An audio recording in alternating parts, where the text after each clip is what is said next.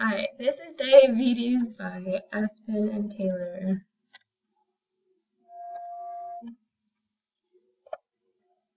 Alright, this is the renal system rundown. This is also known as the urinary system. It consists of 2 kidneys, ureters, the bladder, and the urethra.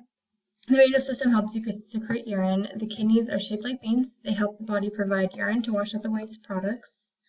Once the urine has formed from all the waste, it is sent through the ureters into the bladder, and then sent out of the body using the urethra. The kidneys also work on producing red blood cells and controlling pressure. Okay, then here we see our 2 major blood vessels, the abdominal aorta and the inferior vena cava. They lead to the renal vein and the renal artery that go into the kidneys. And from the kidneys go to the ureter, 2 on each side, and then the urinary bladder, and then out through the urethra. Now you have our citation down at the bottom. Okay, so diabetes is a very common disease in which the glucose levels are abnormally elevated. Glucose is normally obtained from the food we eat as well as naturally produced in the liver. Then the pancreas will produce insulin, which activates the glucose to act as a fuel for our bodies. When you have diabetes, the glucose is not properly transported in the body, and it starts to build up in the blood. And the accumulation of glucose in blood is a very serious problem that can result in damage to your blood vessels, your heart, and your kidneys, as well as many other organs. Alright, what part of the renal system does diabetes affect? Diabetes correlates with the kidneys. The kidneys help produce or will help the bloodstream remove excess glucose. The excess glucose will go into the urine to be excreted out the body. If the kidneys then take the excess glucose through the ureters into the bladder, it'll be excreted out the urethra. Okay, so there are 3 different types of diabetes. The first type is gestational diabetes, or GDM. This type of diabetes occurs during pregnancy and normally resolves itself after delivery of the baby. GDM is caused by certain pregnancy hormones, and they interfere with the function of the insulin. This condition is more common in those who are overweight, older than 25 years old, have a history of diabetes in their family, or have given birth to a baby that is larger than 9 pounds. And having this type of diabetes will increase your risk of developing type 2 diabetes later in life. So here we have some diagrams of how gestational diabetes mellitus works. So you can see the mother has high blood glucose levels, and it'll bring it to the baby, which causes the baby to gain weight. Like in our top right corner, it says the placenta produces hormones like estrogen and cortisol, and human placental lactogen.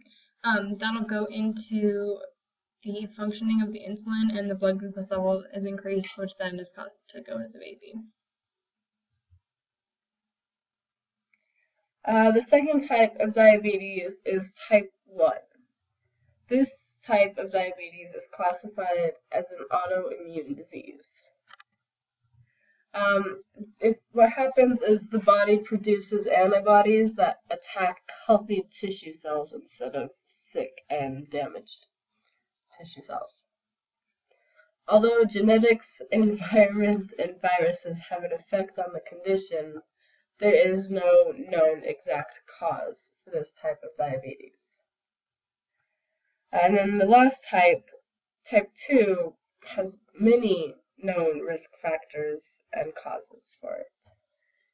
Some examples include having a family history of type 2 diabetes, increased age and obesity, a very sedentary lifestyle, and Obesity is actually the #1 cause for this type of diabetes because the excess body fat can cause insulin resistance in your body.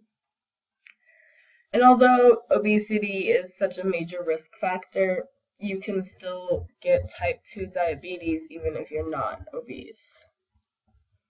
Like our fat guy in the corner.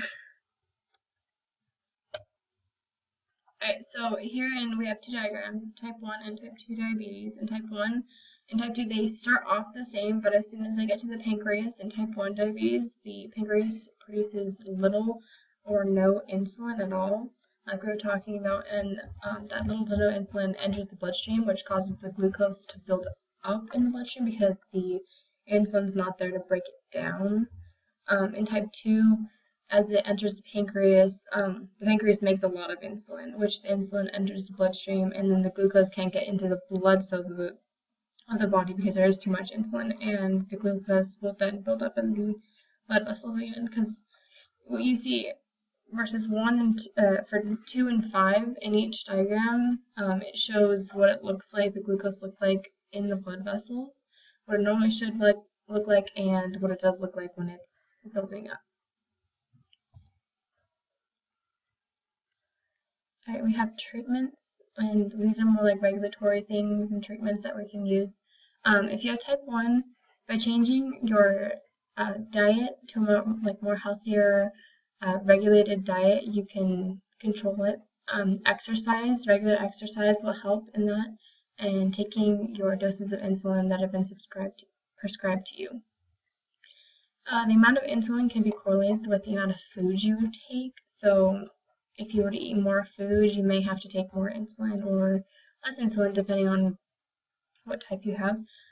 Checking blood glucose levels is something you have to do for both of these. As you can see, we have like little jars of insulin in the top right corner, and our the little machine or little thing that takes our blood sugar levels that shows you how to control that. And then type 2, you have to eat a healthy diet as well. This one's a little more regulatory, and exercise regularly. This one, like when we were reading it in the articles, it said that you had to exercise, not just regularly, but become more athletic in general. So constantly running, constantly doing some type of activity or something to keep your body healthy, and also testing blood glucose levels.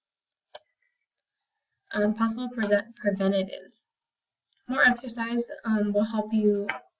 When you have more exercise, it lowers blood glucose levels, helps you to lose weight, and boosts the insulin sensitivity. Lots of fiber. It helps you in the weight loss. It helps you improve blood glucose levels and decrease the risk of heart disease, which can be quite common with certain types of diabetes. Number 3, eating whole grains. Even if it's just a few little things you have to change over by eating these, you can help reduce your risk of diabetes and maintain glucose levels. Number 4 is lose weight. Obesity can have a huge part in diabetes, like we were talking about a few slides before in multiple slides. And number 5, making healthier choices, like no diets or whatever is out there to say help you lose weight. They're called like fad diets and stuff. Those can add to your bloodstream bad influences on your insulin and your blood glucose. And we have our APA citations.